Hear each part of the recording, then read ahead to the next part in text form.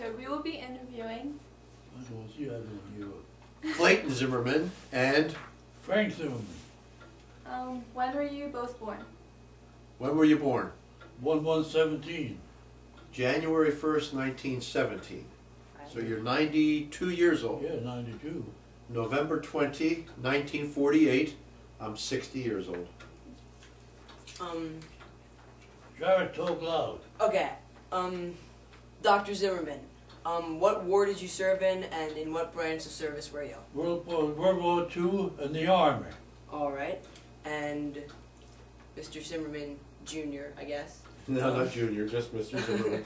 Okay. Or Snap. Well, Yeah, the whatever. younger one. Right? Yeah. War served in and branch of service? Didn't serve in a war. The Vietnam War was going on when I was in. Okay.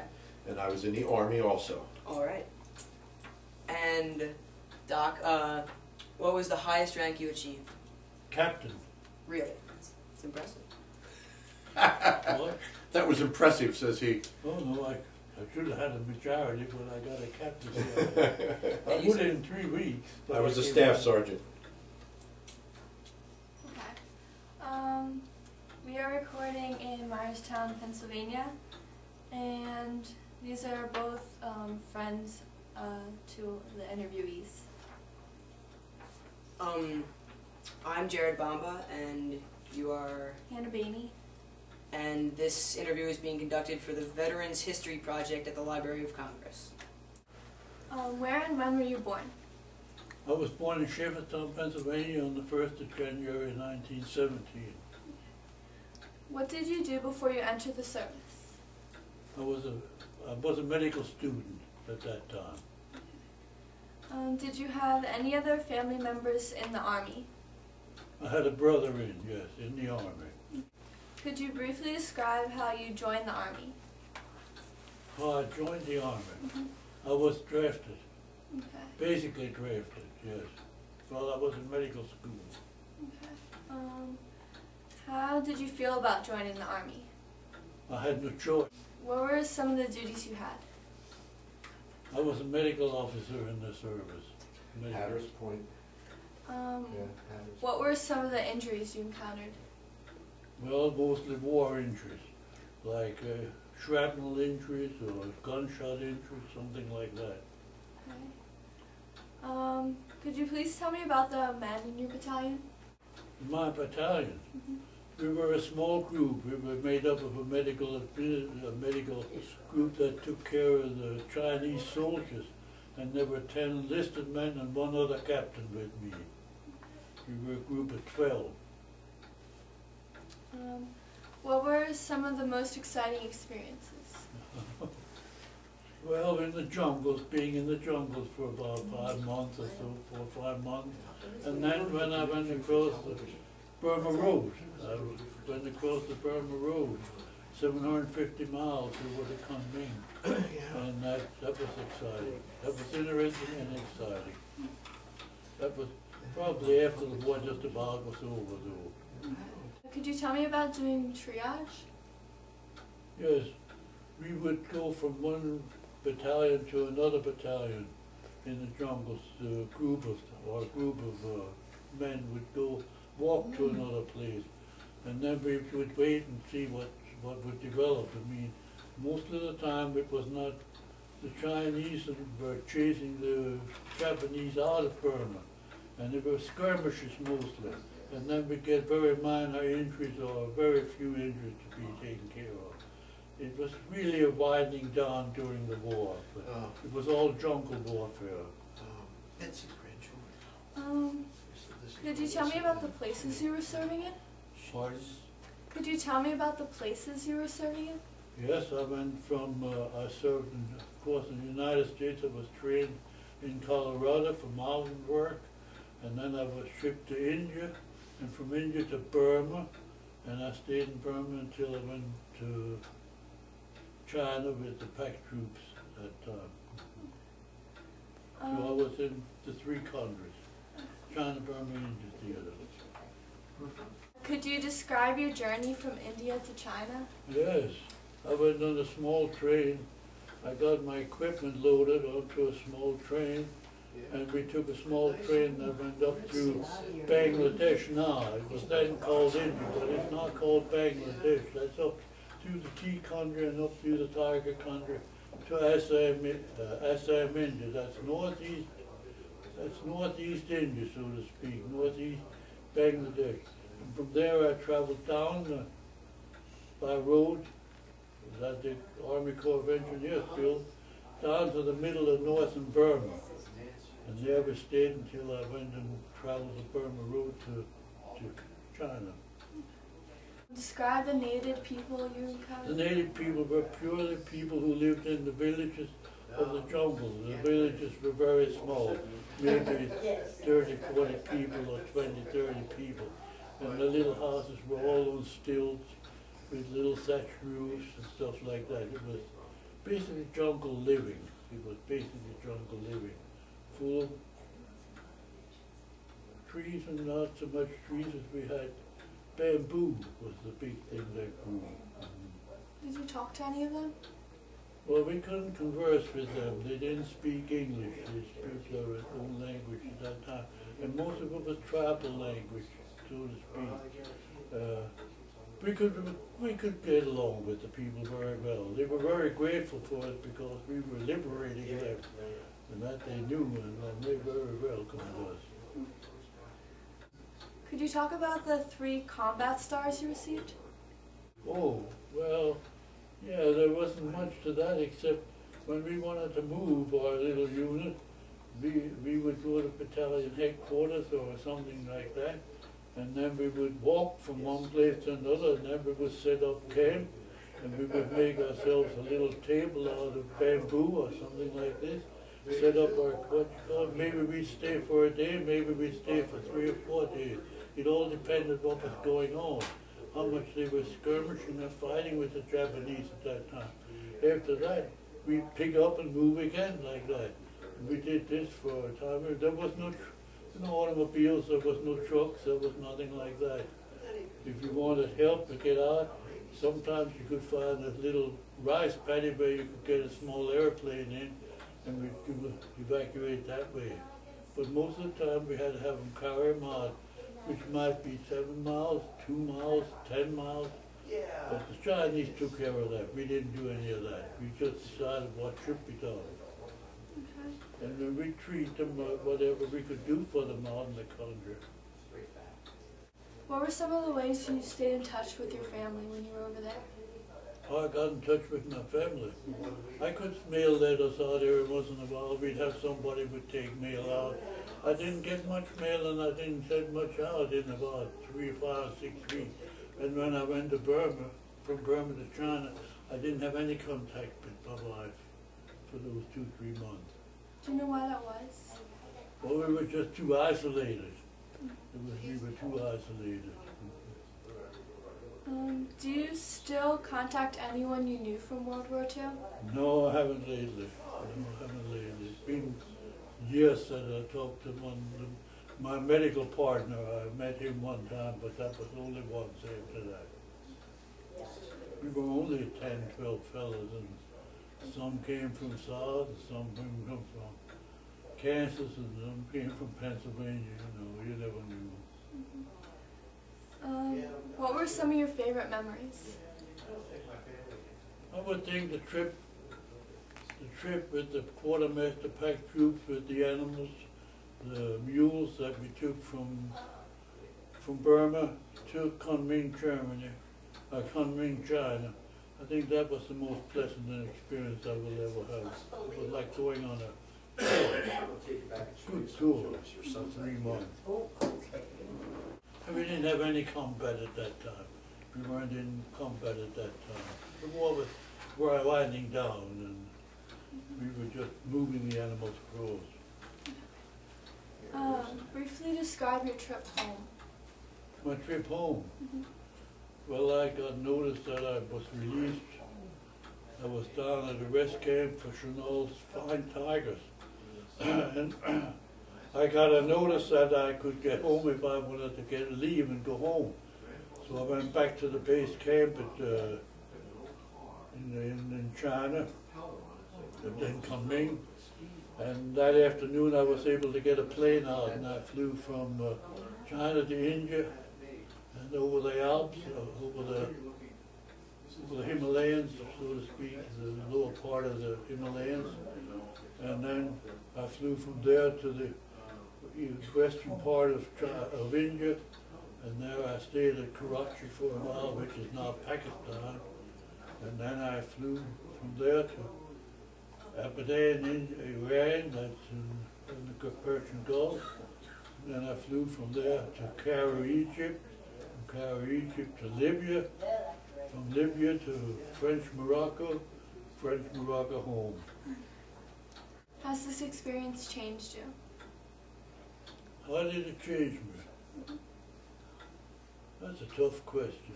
That's a really tough question. I don't know if it really changed me. The horrors of war, if you think of it that way, you'll never forget. You never talk about the horrors of the war. You talk about the good things, like being in camp and not doing anything at all, or going on a trip someplace, or looking around, or being on the boat. These were nice things you could enjoy in a certain aspect, but the other part you don't have. What would you say was your greatest contribution to the war cause? To the war effort? Well, just taking care of the boys and the soldiers, medically. I think that's mostly what it was an accomplishment, to be very honest with you. It was a gratifying thing, yes. The medical aspects of it were very enlightening, very enlightening. Please describe your trip there. I went to China by boat. I went by boat to India. It took me 60 days, 61 days to go on the boat from Los Angeles to India. And then I went by train to northern Bangladesh, which is India, northeast there. Then I went by truck down to Myitkyina, which is in central Burma. And from Burma I went to Kunming by mules, walked most of the way. Please explain using the mules in Burma. We packed our equipment on the mules, what we slept with, what we had to take along in food and things like that. That was all packed on the animals. And that's what we used the animals for. They had them in Burma to supply the Chinese armies with ammunition and things like that. But we took them to take them to China to be used over there. That's what we used. And then we pack them and what we put on them. How did you get the mules to Burma? They shipped them from the United States. They were Missouri mules. They were raised out of Missouri and Kansas and those places, yes. They were shipped. They weren't animals from over there. They were shipped from the United States. Just like they shipped us, they shipped the mules. What did you do with them after the war? They destroyed them because they didn't want to give them to the Chinese people. They destroyed them. That's a sore subject, but that's what happened to them. Please talk about your training. My training? Well, I was trained in Colorado, mostly, for mountain climbing work and mountain evacuation work. And we were out in Colorado Springs at the camp. And we would walk up the mountain to Cheyenne there every day with the animals, but we used horses then, and back down again the same day. We never stayed overnight. And there we did mountain climbing, mountain evacuation with baskets and things like that. There's another doctor. How did you decide who went? Well, it came up. I only had 9 months internship. Then the government took me. And they said, come to camp so-and-so in Texas the next day. That was New Year's Day. And I wired them back and said, I can't make it that way, I want a leave of absence. and I got that. And then after that, I went to the War College at Carlisle and got my basic training there in the Army, just like everybody else. But as a doctor, then I was sent to a general hospital in Kentucky, Nichols General Hospital, Lexington, Kentucky. And there I stayed for 6 weeks, and that was supposed to take the place for the 3 months that I didn't have internship, because I only had 9 months. But the government wanted us, and that's the way it was. And then after that I went to camp in Tennessee, where the 20th Armored Division trained, and I trained with them for 6 weeks, and then I was shipped to Colorado, and there I stayed until I went overseas. At the hospital in Lancaster, half the men in Lancaster that were doctors were away in the army and things like that in the service. And there were only 2 interns, and they said the government said the hospital can keep 1 doctor out of the 2.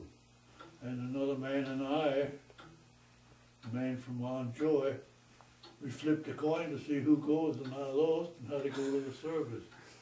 And I had 2 children then, and he wasn't even married. But that's not the way it is. But he went later on. But then he went when there was no war going. Where and when were you born? I was born in Lancaster in November 20, 1948. What did you do before you entered the service? Went to Elko High School, and I was in college. And I graduated college, and my draft notice was waiting for me when I was graduating from college. Did you have any other family members in the Army? Yes, well, of course, my father you just interviewed, and my uncle. But my brother, my middle brother, was in the Navy for 4 years, and my brother Frank was in the National Guards for 6 years, yes. Briefly describe how you joined the military.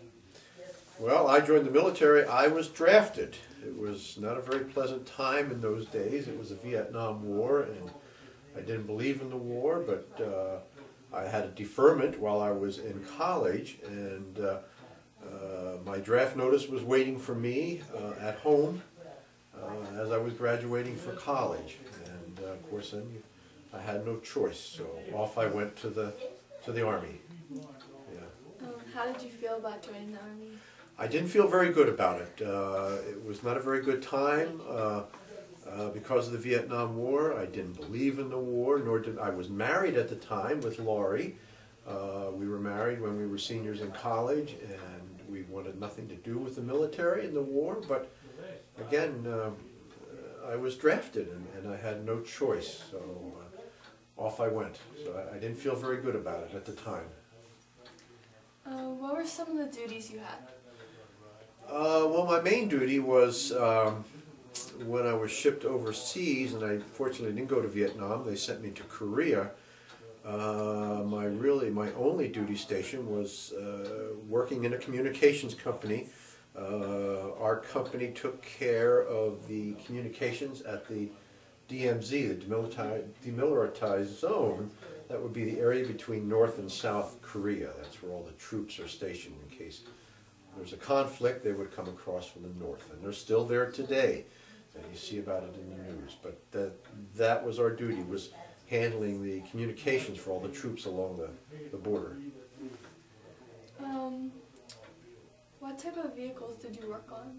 I was trained to work on the electronic equipment that we used for the communications. But even that never came to fruition. It's typical of the Army. They trained me for almost a full year in electronics. And when I got there, my commanding officer took a look at my file and said, "I see you went to college." And I said, "Yes, sir, I did." And he said, "Did you graduate?" And I said, "Yes, I did." "Can you type?" I said, "Not a word." He said, "You'll learn." And he kept me there in the office with him, and there I stayed for a year and never got to work in the equipment that I was trained on. But I did work in the operations office, which had to do with the equipment. But anyway, yeah. What were some of your most exciting experiences? some of my most exciting experiences in the service. I can't think of any really exciting experiences except the possibility and the outlook of coming home after being overseas for almost a year.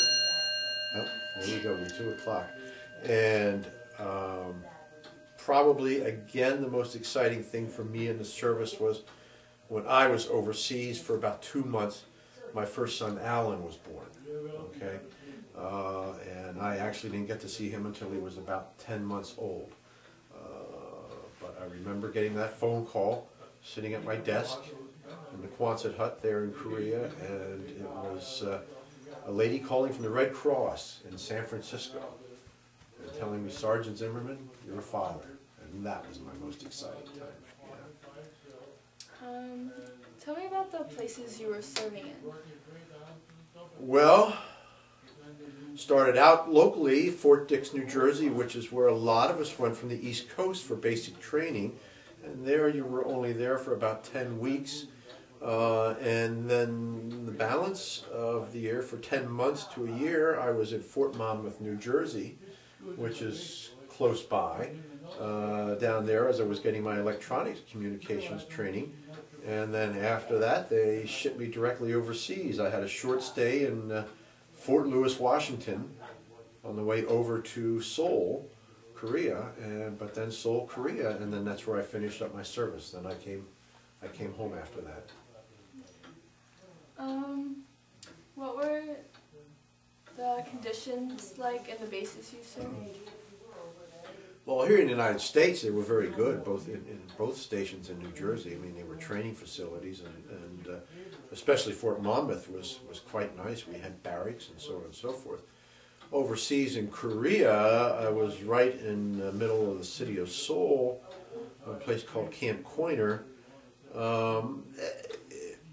It was nice. I wasn't living in a tent, but I was living in what we call Quonset huts, and I don't know if you know what those are, but basically they're just half-round metal sheeting buildings, just corrugated aluminum, I guess is what they are, and they had heating and they had electric. We didn't have water or anything like that in them, and then each soldier had his own area, and it was his own cot. And then the office where I worked, company headquarters, was right next door, so I walked out to one door and walked 50 feet, and I walked to my job. Tell me about your achievements. My achievements. Well, I guess things that helped me quite a bit and that kept me going from Vietnam was when I was in electronics school. Each class of us had 30 soldiers in it, and in the class I graduated second in that particular class for that year, and because of that, two things happened. I got an extra stripe. Okay, I got promoted when I came out of class, which meant a lot to me because I made a little bit more money. But secondly, it also kept me from going to Vietnam. Instead of sending me to Vietnam, they took the top 4 graduates and we were sent off to Seoul, Korea. So that kept me out of the war, which I was very pleased about that. I didn't want to go to Nam. And then after that, the only other really significant achievement again had to do with rank. I got my sergeant's stripe in a minimal amount of time. You can't make them any sooner than 18 months, and I made it exactly in 18 months. They gave them to me, so there you be. How did you earn your commendation medals? Just for pulling extra duty when we were having training and things like that, and we would be out in the field. You had to do, basically, I hate to say it, but mine came from just keeping things in good order and keeping the reports flowing to battalion and just trying to keep things in good order and letting them know, what was going on. And it meant a lot of nighttime work. I mean, we worked hard. We put in full days, and then many was the night I stayed up into the early hours in the mornings getting things ready so that it could be passed along to battalion. Yeah. What were some of your favorite memories? My favorite memories. Coming home. There aren't too many favorite memories that I have associated with the military. I did make some good friends, you know, that were right there in our immediate area, but there weren't many of us in my unit right there. There were 5 officers and there were 5 enlisted. And then the rest of our company was at communications sites all along the DMZ. So didn't make many friends, but the friends I did have were good friends that I had there. But then the next best memory was finally coming home and being done with it. Yeah. What were some of the ways you stayed in touch with your family members? Well, that's interesting because, boy, it wasn't the day of the cell phones. And Lori would send me little tapes, cassette tapes, which I still have to this day. I haven't listened to them in a long time, but I should do that. It would be good to do that. We, of course, we wrote a lot prior to the computer, so we sent letters back and forth a lot. But the other thing is, it was very difficult to make phone calls from over there at that time. And again, I was lucky because I was in communications and I had friends. I was in Korea. I could call friends of mine in the Army in Okinawa, which is off of Japan, and they would patch me through to Wright-Patterson Air Force Base in Ohio.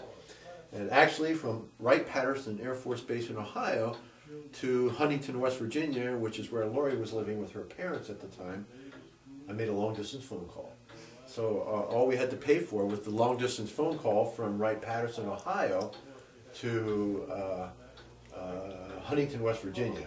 But even at that, it was very difficult to pull it off, and I think, as I sit here, I only got to do it maybe 2 or 3 times in the course of a year.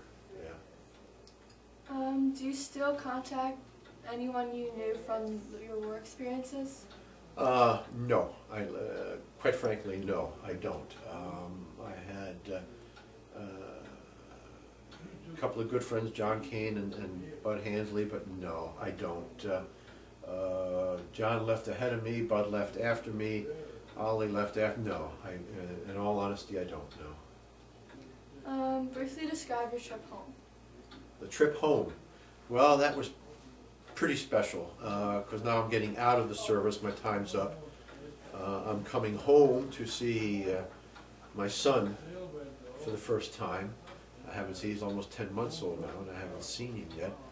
And we flew out of Seoul, Korea, flew into Tokyo, and that was neat because even I just got off the plane and in the airport, but I did see the, oh gosh, and I can't think of the name now, the beautiful volcano that's right outside of Tokyo. Can't tell you what it is, but it's there. It has the snow-capped mountains. But that was quite lovely as we landed at Tokyo. But anyway, then flew to Oakland, California, where, as they would have said in those days, I processed out of the Army. I was being discharged. And then from Oakland, I caught a plane to Cincinnati, Ohio. All in all, it was about 3 days of traveling, going from one spot to the other, in which I probably slept about 4 hours in the 3 days till I processed out. But getting home, getting back to Cincinnati was the special part. In those days, Oakland, I think I laid over in St. Louis then to Cincinnati, and when I got to Cincinnati, Lori met me at the plane, and the plane landed out on the runway, the tarmac, and she was allowed to come running out to the plane, and I came down off the plane, and she met me, and she had Alan, and it was a pretty emotional moment. It really was. And she said to you, "Snap, here's your son, Alan." And she handed Alan to me, who was 10 months old, and I held him for the first time, and he promptly threw up all over me. So I never forgot it. It was a wonderful time. Has this experience changed you? Oh yeah, probably a great deal. Yeah, I mean, at the time I didn't want to be in the service. I really didn't want to be there. But in retrospect, I think there was a lot of good to it. And I've also come to the belief that I think maybe all younger people should serve their country. in one way or the other, whether it's military or in volunteer services, whether it's before you go to college or after you go to college. And I didn't believe that before then, and I do believe it now. Yeah, I think it's beneficial not only for the country, but I think it's beneficial for all of us, you guys included. Yeah. So it did change me that way. Yeah. All right. And obviously you were both in the military, which is why we're both asking you these questions. But how often do you talk to each other about your experiences? In the Army? Yes, sir. Not so much. Maybe we talked a good bit more at one other time, earlier on. But we don't talk now. No, And we really don't. We really never talked about the horrors of war. You know what I mean? Well, I didn't see them. You did. I didn't. I I say didn't see them. we didn't discuss that. No. We only discussed what was good, like the mules and going to China with them, and that was like a pleasure trip. Going to China, Yeah. the war was about over. We were done fighting in Burma. There was one time we were sitting around the table and he was upset, and I think it had to do with something going on with fighting or the war. And there was only one time I can remember in my life that he described a couple of the bad things that he saw. And I'm not going to say them now, but